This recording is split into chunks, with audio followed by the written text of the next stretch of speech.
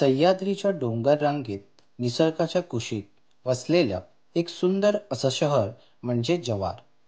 महाराष्ट्राचं मिनी महाबळेश्वर म्हणावं असं हे ठिकाण म्हणजे शांतता, हिरवाई आणि इतिहास यांचं परिपूर्ण मिश्रण. तर आपली सफर सुरू होते शिरपमाळ पॉइंट पासून.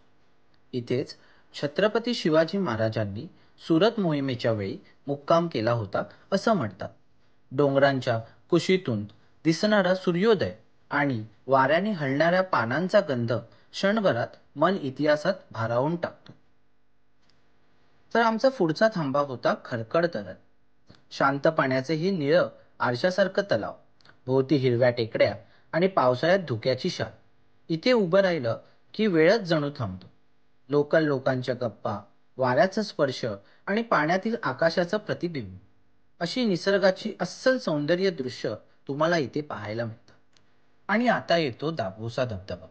सुमारे 300 फूट उंचीवरून कोसळणारं हे पांढरं प्रवाहाचं चांदणं, जवळचं सर्वात प्रसिद्ध असं आकर्षण. थंड पाण्याचे तुषार चेहऱ्यावर पडतात आणि मन ताजंतवानं होतं. पावसाळ्यात तर हे ठिकाण म्हणजे निसर्गाचा उत्सवच वाटतो. यानंतर भेट देऊया हनुमान पॉइंटला. येथून दिसणारा सूर्यास्त म्हणजे निसर्गाची रंगपंचमीच. डोंगरामागे मावळणारा लालबुंद सूर्य आणि खाली पसरलेला निळसर हिरवा विस्तार म्हणजे क्षणभरात मनात शांततेची लाट पसरते असा अनुभव.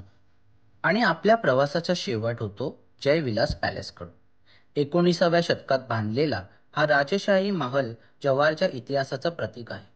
त्याच्या भव्य दगडी बांधकामात, दरबारातील शिल्पांमध्ये आणि शांत वातावरणात आजही एक वेगळी राजेशाही झलक दिसून येते.